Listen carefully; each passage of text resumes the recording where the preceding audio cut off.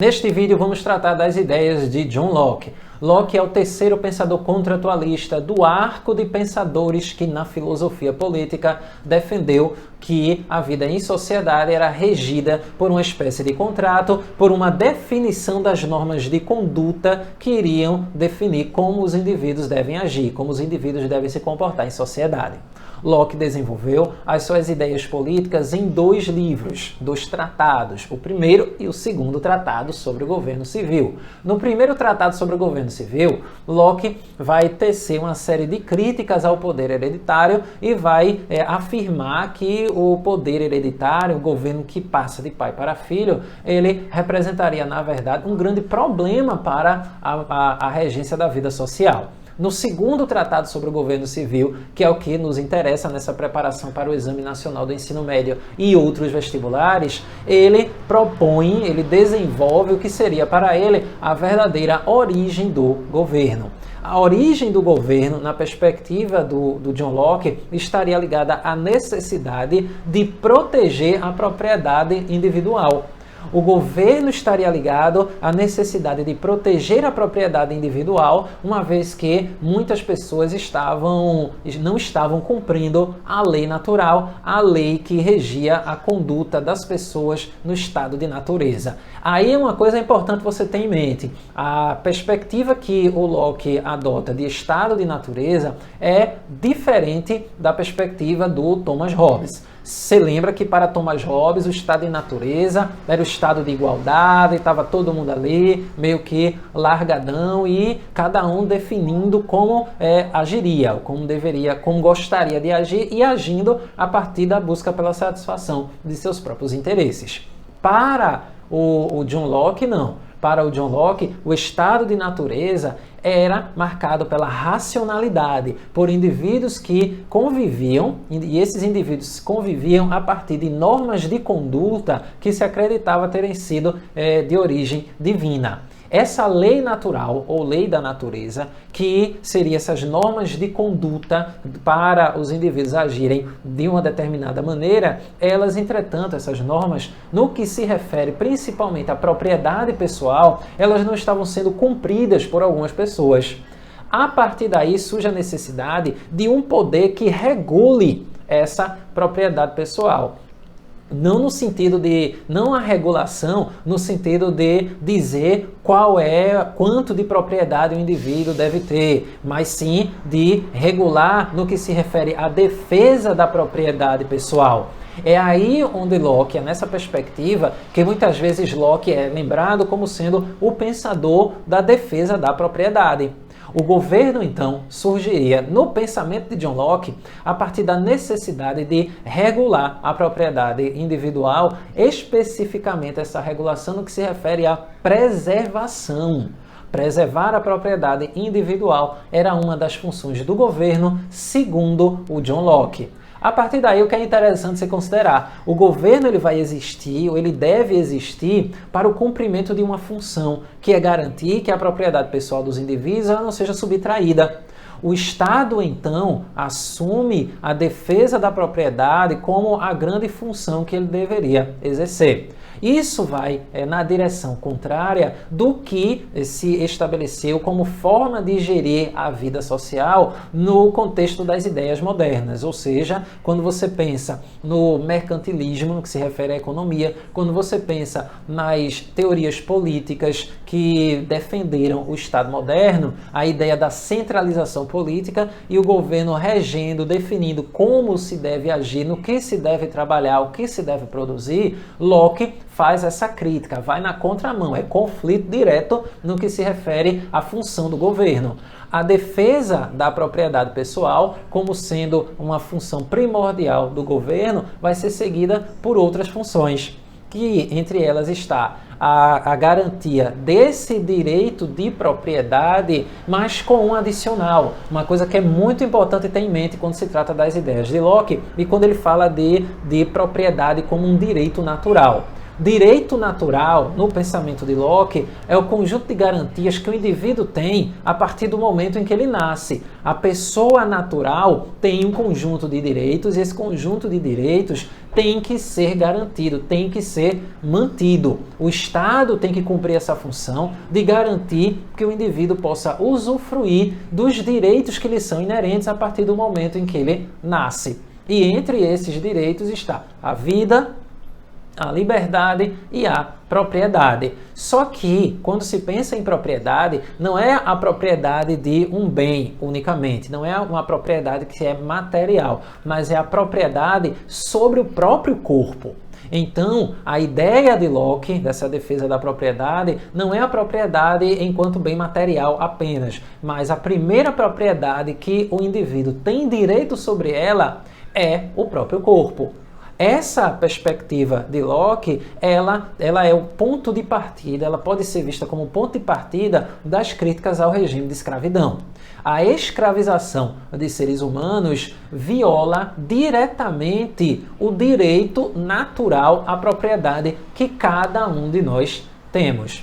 E aí você percebe que faz todo sentido perceber a popularidade das ideias de Locke, dessa defesa da propriedade, dessa propriedade individual, da propriedade sobre o próprio corpo, quando você pensa que muitas dessas ideias fundamentaram as reações abolicionistas, fundamentaram as críticas feitas ao escravismo, tanto o escravismo no continente africano quanto o escravismo no continente americano. Isso é muito interessante quando você para pensar na repercussão das ideias de Locke naquela ordem social. Então, as ideias de Locke, elas vão, por sua vez, também fundamentar o desenvolvimento dos fundamentos da democracia liberal burguesa, defendendo que o governo tem como função garantir o direito à propriedade, mas para garantir a propriedade material, a chamada propriedade privada, o Estado poderia desenvolver leis, ele poderia criar leis e usar da violência quando a violência ela fosse necessária para garantir a continuidade daquela propriedade. É interessante você notar que na contemporaneidade, quando você pensa na propriedade, o Estado contemporâneo é o grande guardião da propriedade privada, da propriedade material. É só você parar para pensar nas situações em que estão envolvidos o movimento dos trabalhadores sem terra, dos trabalhadores sem teto, e você vai ver que o Estado imediatamente, ou quase que imediatamente acionado nesse contexto de ocupações para fazer o que se chama de reestabelecimento da propriedade. Você garantir que a propriedade ela retorne ao seu dono. Há um grande debate que se pode fazer acerca do que é a propriedade e tal, mas que foge aos objetivos desse vídeo. Isso é para um outro conjunto de vídeos sobre conceitos que estaremos disponibilizando em breve aqui no canal. Então, entre as funções do governo está a garantia do direito à propriedade através da lei, através da criação de leis e da aplicação da violência quando a violência ela fosse necessária. Uma outra coisa que o Estado deve fazer é regular os conflitos da sociedade civil, através também das leis e do uso da força.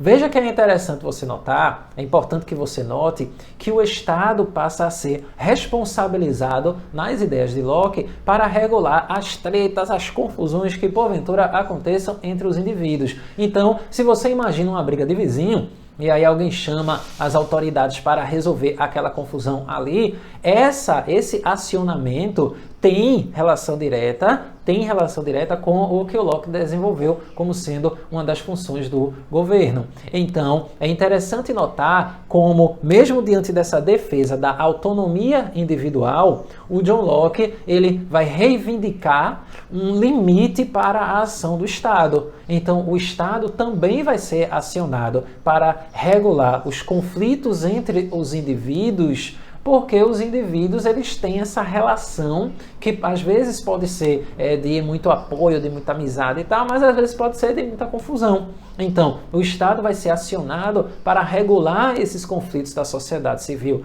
E se a gente for ampliar essa reflexão, a gente pode pensar nessa perspectiva no que se refere à proteção dos chamados incapazes, as crianças e os idosos, as idosas, no sentido de que o Estado há o limite, que é o limite dos lares, daí a privacidade. Entretanto, no momento em que, no âmbito dos lares, você tem indivíduos cuja propriedade dos seus corpos, e aí no que se refere ao cuidado de si, a integridade desse corpo físico, eles não têm condições de fazer esse autocuidado, de garantir a manutenção dessa integridade. Pense no caso das crianças, pense no caso de idosos e idosas. Então, o Estado deve fazer essa interferência. O Estado deve regular esses conflitos através de leis e através do uso da força, quando a força se fizesse necessária. Um outro elemento fundamental que o Locke desenvolveu, que é muito importante você ter na sua mente, é de que o Locke vai tecer críticas terríveis ao intervencionismo do Estado no que se refere à expressão de ideias. Locke vai ser um dos pensadores que vai fundamentar a liberdade de expressão, que por sua vez garante e consolida a liberdade de pensamento. Só havendo liberdade de pensamento se há a efetiva liberdade do indivíduo ele expressar aquilo que ele pensou. E aí talvez você esteja pensando, que incrível John Locke, que ideia mais arrojada, que ideia mais fantástica, que ideia mais fabulosa e tal. Parece, né? Mas não fique tão feliz assim, não ache que é essa coisa primorosa, fantástica e tal. É uma ideia que é interessante, a maneira como ela é exposta, a maneira como ela é desenvolvida e aquilo que ela proporciona. Porém, é importante considerar que essa liberdade de pensamento, essa liberdade de expressão, ela é restrita. Como assim restrita? Segundo o John Locke, a liberdade de pensamento, ela era restrita àquilo que garantisse a manutenção da ordem social. Como assim? Para o John Locke, a manutenção da ordem social, ela não poderia abrir mão de restringir a liberdade de pensamento, a liberdade de expressão, se aquilo que está sendo pensado e expresso pudesse colocar em xeque a estabilidade social. Então veja que é uma liberdade defendida, mas é uma liberdade que é defendida com muitos elementos que a restringem. É você considerar as contradições dessas ideias liberais. Locke foi um pensador que deu contribuições primorosas no que se refere à política. Por exemplo, visando impedir a centralização de poderes, e essa centralização de poderes que descamba, ou que descambou geralmente na história para a tirania, é que Locke defendeu a tripartição. A tripartição de poderes é aquilo que você morre de decorar. Poder executivo, poder legislativo e poder judiciário.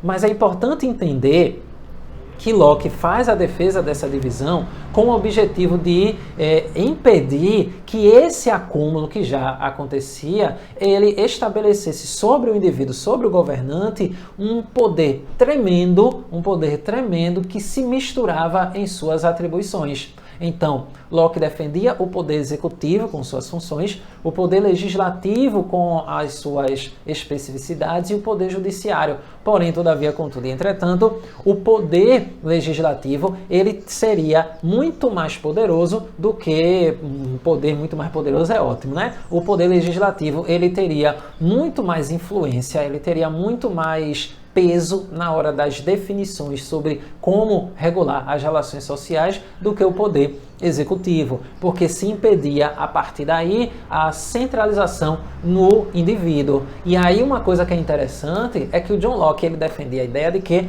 o governante ele não era a própria encarnação do poder.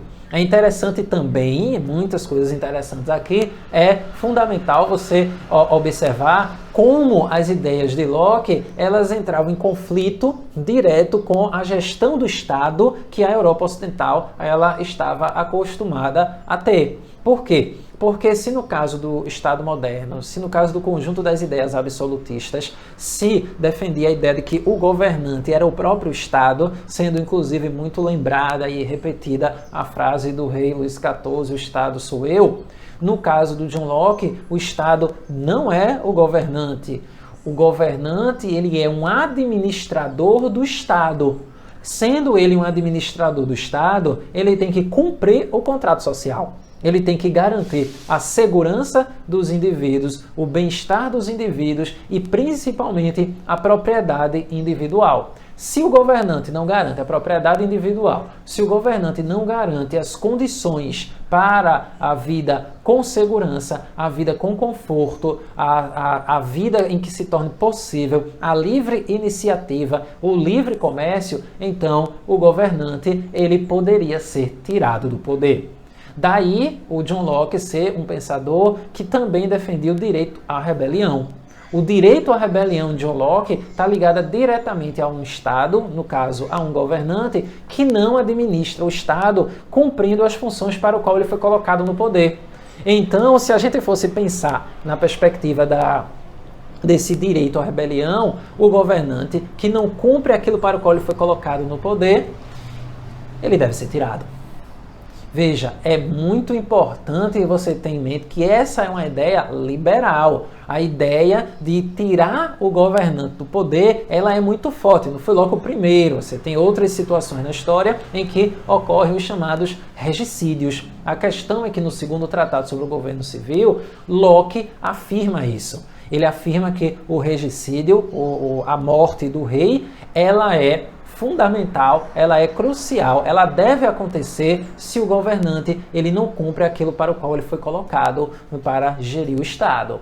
As ideias de Locke, elas são muito instigantes quando você para pensar no quanto delas existe na democracia que nós estamos vivenciando hoje e no quanto essas ideias, elas contribuíram para o desenvolvimento do modo de produção capitalista que hoje vivencia uma situação de crise. Essa democracia liberal burguesa que nós conhecemos, ela está abalada tanto por causa das questões econômicas, quanto também por causa das questões que a pandemia, no momento que essa aula está sendo gravada, ela evidenciou. De como essa defesa de um Estado que se preocupa apenas com a propriedade não é tão interessante para a vida coletiva. Então, essas ideias elas devem ser estudadas com muita atenção, elas devem ser destrinchadas, elas devem ser entendidas, porque essas ideias, as ideias de John Locke, grande pensador liberal, elas contribuíram para a formação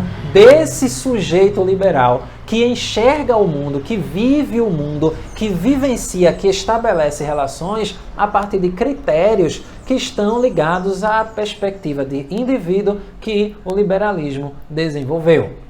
Se você gostou da aula e esse é o seu primeiro vídeo, inscreva-se no canal, ative o sininho, deixe o seu comentário, me siga nas redes sociais, baixe a ficha material gratuito que está aqui na descrição do vídeo e caso você tenha dúvidas sobre o nosso material, sobre a nossa abordagem, então é só se inscrever no canal no Telegram, cujo link também está na descrição do vídeo. E para todo mundo que assiste esses vídeos, o mais importante de tudo é que você experimente pensar.